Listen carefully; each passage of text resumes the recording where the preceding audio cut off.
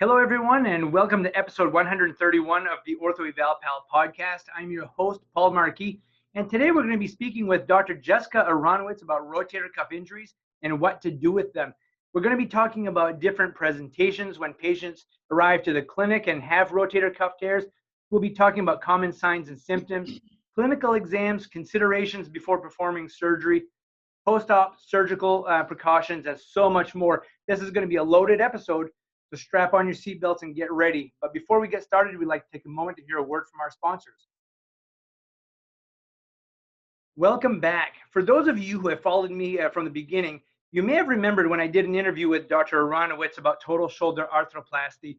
It was exactly 100 episodes ago today. So this is pretty cool. I am totally thrilled to have her back on the show. And Dr. Aronowitz is a board-certified orthopedic surgeon at Eastern Maine Medical Center's orthopedic surgical specialist. She specializes in shoulder and elbow surgery. Her clinical interests include shoulder arthroplasty, rotator cuff tears, and distal bicep tendon injuries. A native Floridian, Dr. Aronowitz obtained her undergraduate degree from Wellesley College. She earned her medical doctorate from the University of Florida and completed her orthopedic surgery residency at the University of Miami. She then completed a one-year fellowship in shoulder and elbow surgery at the world-renowned Mayo Clinic in Rochester, Minnesota, under the direction of leading experts in the field. She has presented her research at national meetings and has published several peer-reviewed journals. Dr. Aronowitz has been practicing in Bangor, Maine for 7 years and has established herself as a regional expert in shoulder disorders. Last year, she performed over 150 shoulder replacements and over 300 arthroscopic rotator cuff repairs. Welcome back to the show, Dr. Aronowitz. Thank you very much. Certainly doesn't seem like it's been a whole 100 episodes ago. I bet. It's crazy how fast things go by. So, we're in the middle of this coronavirus situation, and obviously everything has changed in the way that we manage our patients. How have you had to adapt what you're doing in regards to, surgery and things like that? And how are you going to prioritize your schedule once you get back at it after the dust settles? Yeah, well, we've very quickly adapted to some telemedicine, which has actually been really effective. I'm able to see patients in their home and do a limited exam. A lot of these patients have already had imaging that I'm able to review and then review with them. It obviously doesn't come close to an office exam, but it's what we have for now, and I think we're really doing a nice job with that. At my hospital, at Eastern Maine Medical Center, we're not doing any elective surgery, and we'll get to this later, but although there can be some urgency in regards to fixing a rotator cuff, it by no means is an emergency, and I think when we are back up and running, those patients will get prioritized over patients that maybe have more long-standing issues, arthritis, and so they'll hopefully get to the front of the line for surgery. Yeah, great. Yes, definitely some challenging times, but I think we're going to learn a lot from this, and I think that we're going to carry a lot of this over into care for our patients later. Especially we work in you're in Bangor, but we see a lot of patients in rural areas, and it can sometimes be very challenging to get to you. And I think that this may be something that we look at in the future that can be helpful for all parties involved. No, absolutely. Yeah. So we've done a few lectures together. We've done some podcasting together, and I really appreciate you taking the time to help me out with my live lectures.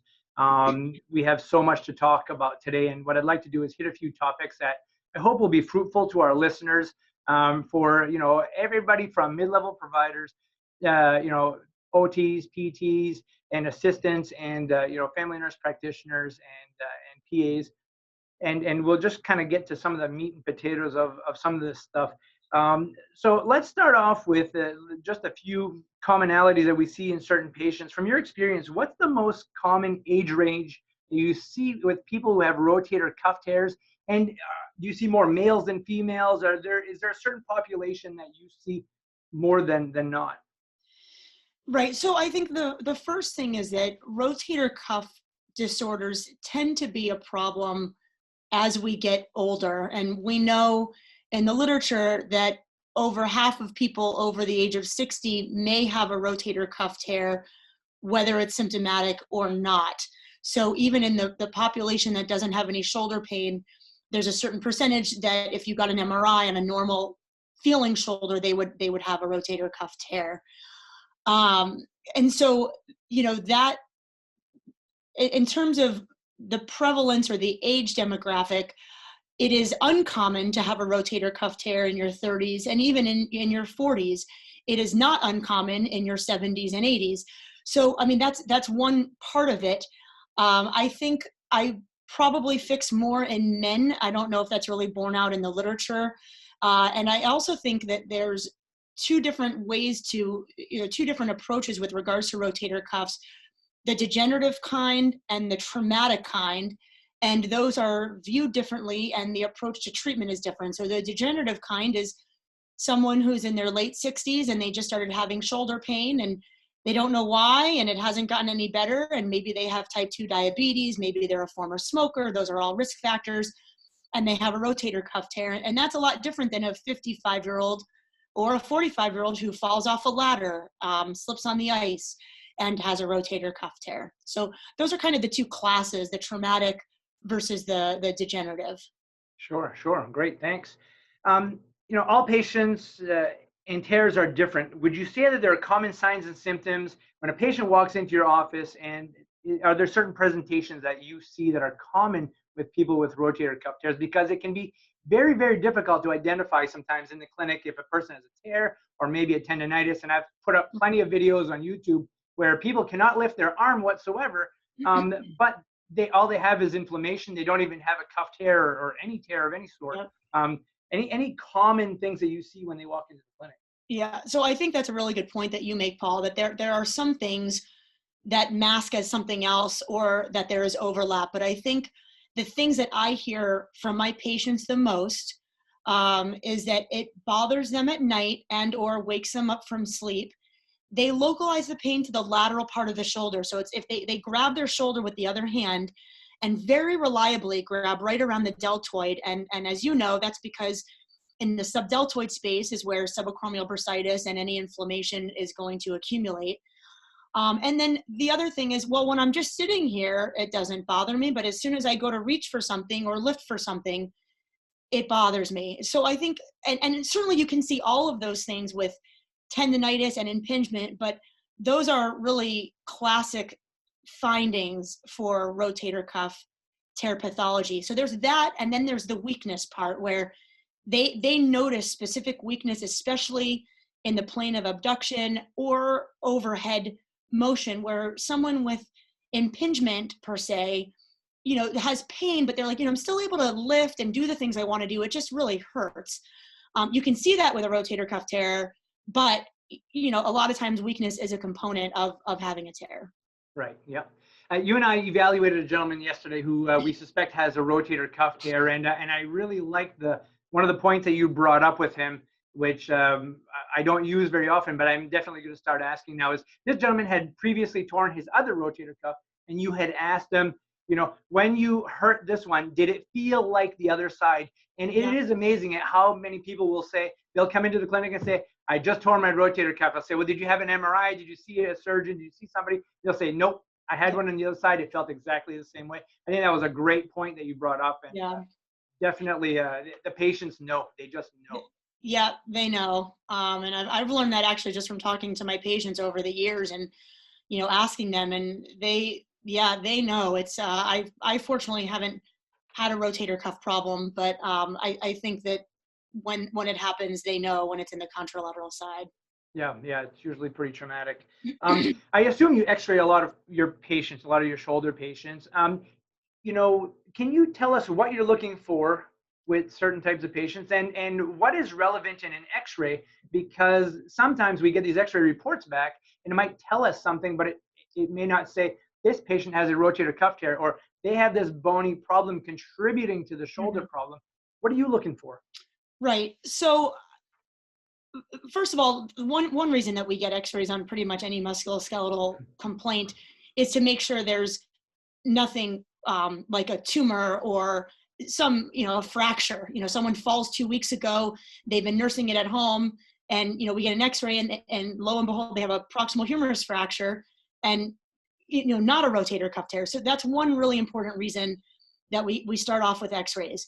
So one thing I'm looking for is if someone had a nice healthy shoulder before an injury, is to assess the glenohumeral joint and the distance. We call it the acromiohumeral distance. So the space between the top of the proximal humerus and the undersurface of the acromion.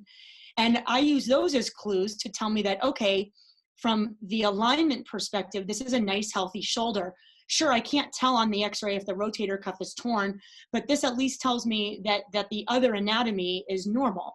Now, we compare that normal x-ray to someone who maybe has a long-standing history of problems, or they might have an acute on chronic issue where there is proximal humeral migration, and they say, I was fine, but there's distinct narrowing of the acromiohumeral interval. That gives me a sense that there's chronicity to this, even if it's unbeknownst to the patient. And I have this conversation all the time where I say, in the background, your rotator cuff was thinning and wearing away, and when you slipped and fell on the ice, it was really the last straw. That's a lot different than a healthy tendon being torn from a similar mechanism. So there's that. And then finally, there's the patient where on a simple AP x-ray, you see complete narrowing of the acromiohumeral interval. That we begin calling rotator cuff arthropathy, and erosion of the acromion, or what we call acetabularization, where there's actually the ball is forming an indentation in the acromion.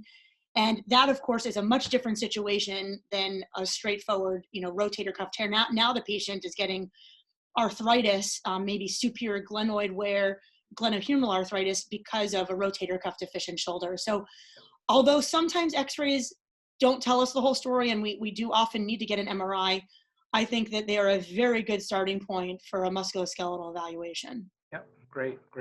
And I know that some people have AC joint arthritis or spurring Yes. from the AC joint. The acromion can be hooked a little bit, and that can also be a contributing factor. But I think I'm gonna ask you that question later on. Sure. What do you do when you go in and have do surgery on that? Not all patients with rotator cuff tears need to have surgery, correct? Exactly. Yep. And so what are some of the factors that help you decide, who needs to have it and who doesn't? Are there a couple things that you would say that absolutely you need to have surgery, we've got to get this taken care of? Right. And I actually, I start most of my rotator cuff repair conversations is saying, look, this isn't black and white. This isn't, this is mostly a gray area. And if you read a lot of the guidelines, there's no consensus in regards to treatment. So the one patient where I do somewhat strongly recommend surgery is in a healthy, physiologically young or active patient that has an acute traumatic full thickness tear. Especially if it involves the anterior part of the supraspinatus. And the primary reason is to improve their symptoms, but second to that is restoring the anatomy that they had presumably prior to their injury and to prevent rotator cuff tear progression. So that is sort of the most clearly defined in my practice for the person that I would offer surgery to in terms of having a rotator cuff tear. Then, you get into the patients that have failed non-operative treatment. And so I think that's the next conversation is, well, they've had 4 to 6 months of pain. They've had 3 months of therapy. They've tried a course of anti-inflammatories or over-the-counter pain modalities. Their symptoms are getting worse. And they're really having a hard time. Then it's a surgical conversation. I think if someone presents to me with a partial thickness tear, even a degenerative tear that they haven't had any treatment, say it's been 2 months, I really do think there's a role for non-surgical measures, and the mainstay of that is therapy. So that's kind of the full spectrum. But I start almost every conversation by saying, look, if you fell and broke your hip and you go to the hospital, you're having surgery. Your rotator cuff is not that, and so here are all the options. And I really try to go through all of the options. And then the interesting thing about having the conversation about rotator cuff tears is that more often than not, as surgeons, we talk a lot about the risks of surgery. And this is the one, and with arthritis, if patients don't want surgery, well, so their arthritis gets a little worse. It doesn't change the fact that they'll need a shoulder replacement. If you have a rotator cuff tear and you choose not to have surgery, there is a chance of rotator cuff tear progression. I can't give exact numbers. There are some factors on the MRI that I can counsel the patient on, and the size of the tear matters and that kind of thing. But I think it's important in patients who might have minimal symptoms that a smaller tear can turn into a bigger tear, or a big tear can turn into something that's an irreparable tear. And that certainly affects things down the road. I know we're going to talk about that in a little bit as well, but I do spend time talking about risks of non-operative management in those patients as well. Sure, sure. So I'll piggyback off of that. Patients come into therapy, and we spend a lot of time with them. We do a very comprehensive evaluation, and we see them 3 times a week. It might be an hour, hour and a half of treatment with them, and it gets pretty comprehensive. Patients ask a million questions to us, and oftentimes questions we don't have the answers to. But this one question comes up very often. Do I have to have this rotator cuff repaired now? Or, I'm going to be retiring in 6 months. Can it wait till then so I can get through my work? Can you talk a little bit about, the tendon retraction, the size of the tear, the integrity of the tissue, and the need to, do it quickly? Or can they wait and still have a good outcome? Yeah, that's a great question. I get asked that all the time too, because unfortunately in Maine, there's no great time to have your rotator cuff fixed and be out of commission for a while, whether it's summer, winter, fall. People have plans all the time. So we know from the literature, from several studies, that in the setting of an acute tear, the outcomes can be better if it's addressed within 6 months. Now, I personally fix a lot of tears that are further out than that, and people do really well, but it makes sense. I mean, if you have a normal cuff, you fall and you rip it off, it's, now the integrity can start to lessen over time. Does that happen over days? I don't think so. But the way I approach it is the sooner the better. It's not an emergency. If you have big plans, travel plans, or this and that, work responsibilities, take care of that. But I wouldn't necessarily, and this is what I say I wouldn't necessarily want to wait a year or two. And now I have the experience being in practice now for 7 years that I've treated those patients that have chosen to wait a year or two, and it makes everything a lot more difficult when we finally get in there to fix it. And so there is definitely a timeliness to it.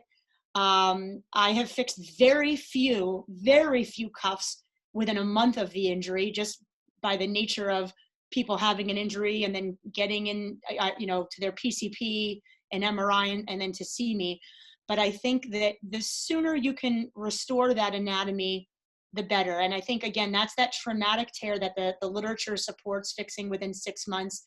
The degenerative tears, I think, are a different story. And I think, and then the other thing is that a lot of it depends on the tissue quality on the MRI. If I'm already concerned about it and there's a lot of retraction and the tendon is thinning, or there's some atrophy in the muscle, I'm much more inclined to tell the patients, look, I think we should do this sooner than later, because you're already showing signs of problems within the context of you having a tear. Right. Now, when people have rotator cuff tears, are they at higher risk of developing degenerative arthritis of the glenohumeral joint because of those kinematics? I mean, we know that the rotator cuff helps to depress the humeral head when you do active flexion and abduction, which is, I think, the most important part of it. But if they have a deficient cuff at 40, 45 years old, if they say, you know what, I just want to live the rest of my life like this, I don't want to have this thing fixed, can we pretty well predict that these people are going to develop arthritis or not? Right. And another great question. And I think that I wouldn't tell that patient that with certainty he is going to develop arthritis. That is the concern of leaving it the way it is. And I think that that's primarily an issue with the larger tears. So if someone has a small defect in their rotator cuff, I think that without substantial tear progression, I don't really think that that's going to cause advanced arthropathy or these extensive degenerative changes. I do think it's the concerns of the larger or the massive tear where the balance is off in the shoulder. And then, yes, that humeral head kind of shifts more superiorly and you start getting arthritis. In someone who's completely asymptomatic, is that a reason to fix it? That's a tough conversation. Those are tough conversations to have, because repair and post-operatively, it's painful. And so I don't really know what the right answer is, but I have that conversation with patients very specific to each individual. Yeah, I think that probably, you know, the amount of pain that they have and the amount of loss of function are probably the two biggest, you know, contributors here in regards to making decisions on stuff like this. Yeah. It seems like that's the way the patients, you know, go when we see them and talk to them. But we do get a lot of patients who come in with large tears and great function Yep. and not a lot of pain, and we just happen to discover them while they're in the clinic. You Right. know, yeah, Yep. it's interesting. So, you know, there, besides the rotator cuff, there are other pain generators in the shoulder. You know, the subacromial bursa and the proximal biceps, and the AC joint. When you do surgery on folks with rotator cuff tears, do you clean some of this, quote unquote, clean some of this stuff up while you're in there prophylactically, or do you look for signs in there that would say we need to take care of this because it's a contributor? Right. So we'll start in order here. So let's talk about the acromioclavicular joint for a second, because I get asked about that a lot. I will tell you that, and this is based on experience, that almost all or many patients over the age of, let's say, 40 have some degree of AC arthritis on their x-ray. And so they get told they have shoulder arthritis. I think that's a whole separate category, and the patients are being misled. If it's symptomatic, if they show me that they have pain over their AC joint, or if I push on that area and it reproduces pain, I have been very pleasantly surprised at the number of patients that have a horrible looking AC joint, and I'm pushing and pushing. They're like, no, that's not where my pain is. My pain is out here. So in my practice, if they do not have symptoms there, I do not treat it at the time of surgery. And most people don't. Some people do. But I think that you're doing, you know, you're then exposing another joint that may not necessarily need to be exposed at the time of surgery. If they have any tenderness there, then I will address it. So that's the AC joint. In the process of me cleaning up everything around the rotator cuff, I do a bursectomy. And then if I feel that the acromion is contributing to their rotator cuff problem, or if it's inhibiting my ability to get a nice repair. So sometimes you actually need to resect a little bit of the acromion just for the technical aspects of surgery. But you know, there are some studies that show that performing an acromioplasty routinely does not necessarily affect the outcome in the setting of a rotator cuff repair. So again, that's kind of patient specific. The proximal biceps, we continue to learn more and more about, and you know, I do believe that that can be a substantial pain generator. It's also right next to the supraspinatus. It's in between the subscap and the supraspinatus.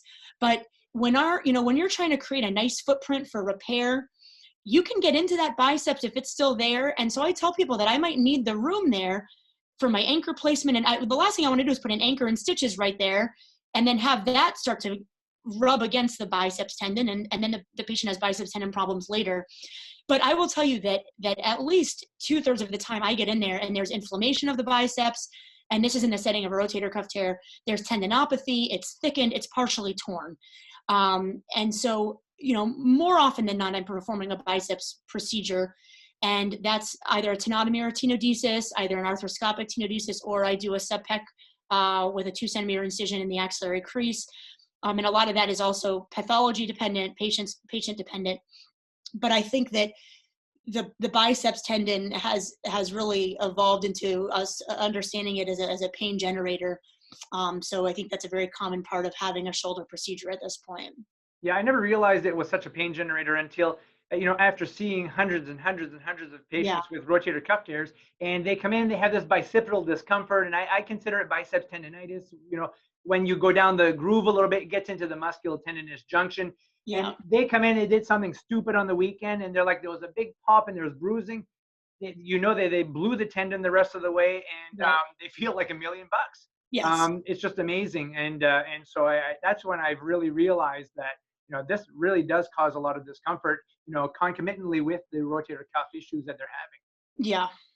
And No, you know, the long head of the biceps is also a humeral head depressor. And so along with the rotator cuff, they have to work together. So they kind of, you know, fit, you know, side by side. And I think they both contribute. So, you know, we see a lot of patients kind of prehab. We may be treating them. They come in, they have a rotator cuff tear. They're waiting to get the MRI. They're waiting to have surgery, and they're in therapy. And I'm a big prehab guy. Obviously, I'm a therapist, and I think that having good mobility, good capsular mobility is important. And getting all the surrounding muscles strong is important, also in periscapular strength and posture and all that stuff. But I think more importantly, it's a matter of patient comfort, because we've seen some of the studies where patients have surgery, rotator cuff surgery, and they have difficulty after. Oftentimes because they just don't have the confidence, because it's a high risk therapy procedure to do afterwards, because it's so easy to re-tear. And so we have to be very cautious, and patients have to be very cautious. And so I just want to get your take on, the important things that we should do preoperatively in regards to making patients comfortable and understanding stuff. And then postoperatively, how should we, what kinds of things do we need to be careful of? Yeah, I really think that your point about patients being somewhat familiar with therapy before, so they know what to expect after, is a really great point. I think for me, one of the more important things is motion. And I think if they can restore passive motion, now I know a lot of times it hurts to get their arm up, but if they have good passive motion going into surgery, the risk of stiffness following surgery is quite low. And then, of course, the strength and mobility component to it as well. But I do caution patients that, I don't want them to go to these extreme measures to try to, get as much as they can out of it, just to then have the surgery and then we shut them down in a sling and all of this stuff. And so, so there's a financial component as well. But I do believe that the better they are heading into surgery, like anything, the better they will be, in terms of their range of motion and strength, afterwards. And I think that the expectations, in terms of them kind of knowing what it feels like to have someone else move their arm and push it a little bit. And I think after surgery, and for, any therapists that are listening, most of us are pretty specific with our guidelines. And one thing is that there's really so I don't know anyone that fixes a cuff tear and then says, yes, just move it at your discretion, active or passive, right away. So I don't know, anyone that does that. And I also know that there's differing literature on whether you move it right away or not. So I think regardless of what you do at the first 6 weeks, so if you start early passive motion, those patients can regain more motion earlier on, but at a year, those patients compared with patients that were just in a sling for 6 weeks are at the same place. And so for me, if I have a solid repair, if it's on a smaller or medium size of a tear, I'll do some passive motion. But if they have frail bone, or the tendon quality wasn't great, or it was a 8 anchor repair, I will just keep them in a sling for 4 to 6 weeks and then get going with passive motion then. And I think, you're balancing the healing and then the mobility. And I think if I had to pick one, I would choose healing and a little bit of stiffness and have them work through the stiffness later, Yep. But have a healed rotator cuff repair. I agree with you. I definitely agree with you on that one. You and I have had conversations about this, and I think patients, it can be individual with certain patients. I have a strong belief that people with Dupuytren's contractures have a high incidence of adhesive capsulitis, and that if we recognize that before surgery, maybe those are the types of people that we want to get them moving passively a little bit faster so we don't have a disaster way down the road. But I totally agree with you. I think that a good integrity of the rotator cuff is important, and first, and then we can gain motion later. And as you and I have talked about, and this was really funny, first time Dr. Aronowitz ever presented for me, we never had seen each other's presentations, but I used the term, wet toilet paper as, to try to compare a poor quality rotator cuff integrity. And Dr. Aronowitz came up, did her presentation, and used exactly the same terminology while talking about poor, tissue integrity. And so, if we have a situation like that, that's where it's very important for the surgeon and the therapist to be talking to each other, or there's some indication that, this was a very tenuous repair, it was difficult, or it was very retracted, or whatever it is. That, as a therapist, I really look at that seriously, and I slow that person down, and I really look at the tissue that was repaired so that we're not stressing that. The other thing I want to mention is there was a recent study that was done where they did EMGs around the shoulder, and they had people do certain activities like take a sling off and put a sling on, and take the shirt off and put the shirt back on while in a sling. And they found that those were the 2 activities that increased rotator cuff activity the most. So I think that's very important that we teach people how to do these things appropriately and safely, and we have them review that before surgery. Okay. And then really early on after surgery, we review that again, and then maybe we give them some time off till they start their actual therapy. But that post-operative period where, patients don't get guidance like they do with total hips and total knees, where they have a therapist every day from the day of surgery till the day they start outpatient therapy. Rotator cuff patients, they go home, they have their sling, they really have no instruction on that. So I think that that's important that we really fine tune that so they don't re-injure themselves just doing something like changing a shirt. Right. Agreed. All right. So, obviously rotator cuff surgery is painful. It's very, very painful. And it's one of those things that, patients just dread if they've already had one before. Are there, in the light of all the patients who have had issues with, narcotic medication and being addicted to stuff afterwards, do you have a prescription or a process that you use with medication afterward that seems to work well with patients after rotator cuff repair? Yeah, another great question. So again, this is a patient-specific issue as well. We have, all of us across the board with everything, have moved away, not entirely, but have moved less, from opioids. And so we do multimodal therapy. So first, most of my patients get an interscalene block before surgery that can last between 12 and 24 hours after surgery. So that is extremely helpful in terms of the immediate postoperative pain. Then we do a combination of Tylenol, gabapentin, which is a neurologic mediator, but has been shown to be quite effective in shoulder surgery. We use that very limitedly for about 3 to 5 days, an anti-inflammatory, and then finally a very limited use of an opioid if necessary. And then, the other thing is having a conversation with everybody that you cannot expect to go through this without any pain. The goal is not to get you to a pain level of 0 on postoperative day 2. And so if people, if you set that expectation and people understand that, and that this is a different type of pain that then goes away, the goal is to use the least amount of narcotics possible for the least amount of time. So based on all the data and then current guidelines, we really are restricting the number of pills that people are prescribing. And I think that has done much more good than harm across the board. Yeah, I don't know, whatever you guys are doing has been awesome. I really have seen a big difference in the last couple of years in regards to that. And, we're not having patients just, looking for that fast relief. And I think you hit the nail on the head when you said expectation. If we tell them ahead of time, this is going to be a painful procedure. And you know what? If you come out of it and it's not painful, hey, that's bonus. That's icing on the cake. Exactly. But it is going to be painful. I think if they understand that, then they're going to be fine with it. Yeah.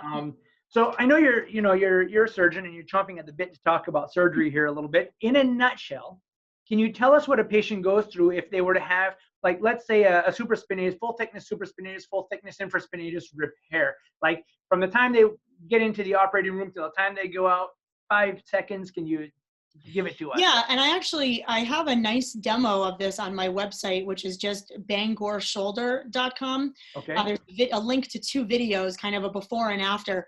But in essence, if the way I describe it is almost like a thick sheet. So if you can imagine, like, the comforter on your bed is pulled off. I'm trying to make the bed and then seal it down with the stitches and reduce the comforter right over the mattress where it belongs. And I'm able to do that arthroscopically through little incisions around the shoulder. It's a really nice technique to be able to visualize everything.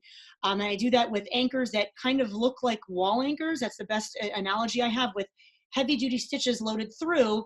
And then I weave those stitches through the tendon and then secure those stitches to an additional row of anchors. That's called a double row repair. That's sort of the standard repair for an average size rotator cuff. Sometimes smaller tears we can just do a single anchor, but it's the same concept of sewing stitches through the tendon and then anchoring it with a biocomposite medical grade plastic, obviously, that actually resorbs into the bone over time.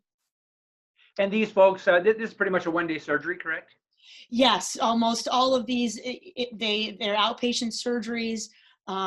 I do multiple, surgeries like this on my operating room days, and people go home and they do very well. Yep. Great. Thanks. Um, what's the difference between a 40-year-old with a massive rotator cuff tear and a 75-year-old with a massive rotator cuff tear? And you can't say 35 years. Yeah. How would you treat these folks differently? Yeah, well, I think first off, I'd much rather be the 75-year-old than the 40-year-old. I think that the young patient with a massive tear is one of the most challenging areas, not just in my practice, but shoulder experts all over the country and the world. With the 75-year-old, depending on what the tendon looks like, our options really in a nutshell are either to fix it, depending on the patient and the cuff, or we replace it with a reverse shoulder replacement. And my approach is that if I feel that I can fix it and that it will heal, that is my preference. And I, as many arthroplasties as I do, if the patient can keep their own bones and tendons, then great. And we try that. In the 40-year-old, if it's an acute tear, I've fixed a number of these in patients that age where it's a huge tear, but it's traumatic. They're much less likely to have a degenerative cuff tear just because of their age. But these are the patients I've had falls off ladders, falls off decks, snowmobile injuries, and you get in there and you're able to get a great repair. The challenge is in those patients where the tendon quality isn't great, or it's not really a repairable tendon. And that's a whole separate issue that we could talk a lot about. There are some options that have been much more recent, including using grafts, tendon transfers, things like that. And again, this is an evolving area for shoulder experts, and it does represent a challenge, because I think that it can be a problem long term. And again, if you're 75, it's not as much of an ordeal as if you're 40 or 45. So. Right. Dr. Aronowitz, is there anything that you feel our listeners should know in regards to things that we might have missed today? I mean, we could have a conversation. We could have long conversations about rotator cuffs. We've had them before. Is there anything that you find to be very important between the therapist and the surgeon? Things that you want us to know, because you do great work. You want those patients to do well afterwards, and we feed off of each other. You do great work. We try to take care of those patients and get them back functionally. Any suggestions? Yeah, I mean, I think one thing that I would like to emphasize is that there's no one set path for a patient following recovery from a rotator cuff repair. So I have a lot of patients that call and they say their therapist thinks they're not where they're at with range of motion, and now they're concerned, or they are having so much pain at 10 weeks following surgery, they think they should have an MRI. And I would just caution strong statements like that. Again, I don't really, there isn't a set range of motion that someone should come back at 6 weeks and have. Even at 3 months, I mean, there are people that get stiff, there are people that have great motion right away, and everything in between. And I really emphasize that this takes 6 months to a full year for recovery. And so anything before that, I think is par for the course. I mean, unless they've had a really bad re-injury, like they fell or something happened, I think that, and even a lot of times people find that once they're out of the sling, their shoulder hurts a little bit more. They're activating those muscles that have been resting. They're probably doing a little bit more, and so that's okay. But we get some phone calls that now it's 2 months and they're having more pain than they did at 2 weeks. Well, they're doing a little bit more. The expectations on their shoulder is more. So I think that, again, there are some people that, some surgeons that choose not to move right away and, start passive motion right away. And I think the take home is that it really takes a long time to recover from these, and patients are different. And there are some patients that have risk factors for stiffness. Even if they have some stiffness early on, I try not to get too concerned about that. Just keep working with them, trying not to exacerbate any pain or inflammation. But I think that there are just so many roads that patients take to get to the same place in the end. Yeah, Absolutely. I think, you know, as far as therapists go, for those of you who are therapists out there, it's important to know your anatomy. It's important to understand what tissues were repaired. And that oftentimes we may get, and this happens, we get an order that says a rotator cuff repair, physical therapy, evaluate and treat, or OT, evaluate and treat. Right. You know, having an infraspinatus repair is very different in regards to the rehab compared to a supraspinatus repair. And I'm sorry, a subscapularis repair. Yeah. You know, so we want to avoid certain motions. So understanding that anatomy and understanding selective tissue tension, what tensions it, when do you stretch it, and when do you contract it, and how to avoid those things that can cause re-injury to the tissue. No, exactly. Well, Dr. Aronowitz, it's been a great episode again. Thank you so much. I mean, you've given us such great information. I really appreciate you coming back on the show. No, thank you for having me, Paul. It's great. Yeah, Appreciate. and I think we talked about this recently. We were gonna talk about biceps injuries and things like that on this episode, and we just decided, you know, there's so much to talk about with rotator cuffs. Yeah. There's so much to talk about with biceps, and so maybe in the near future we chat about, you know, bicep injuries, possible versus distal, and those types of things. But again, I really appreciate you coming on the show and speaking to us. No, thank you. Thank you, Paul. I appreciate the invitation, really. All right. Just a reminder for everybody out there listening to take a peek at the show notes. We have lots of link, you know, with so much more content from Ortho Eval Pal. I've been putting up a lot of stuff, lots of new videos recently. And for those of you who've been following the podcast show, I've been breaking down the rotator cuff. We've talked about the supraspinatus alone, the infraspinatus alone. We've talked about the subscapularis, innervations, you know, actions, and all of these things. So if you have not listen to those, make sure you go back to those. We just go back to the basics. It's going to really help you with the rehab of your patients after surgery. You know, and go to the links. We have all of our sponsored products and discount codes in the links, and ways to get in touch with us. If you have questions for Dr. Aronowitz, just send them to me. I'll run them by her, and then we'll get back to you. Don't forget to send us questions for the show. I'll be more than happy to try to answer them and get those answers for you. But again, thank you all so much for listening. Please stay safe and take care.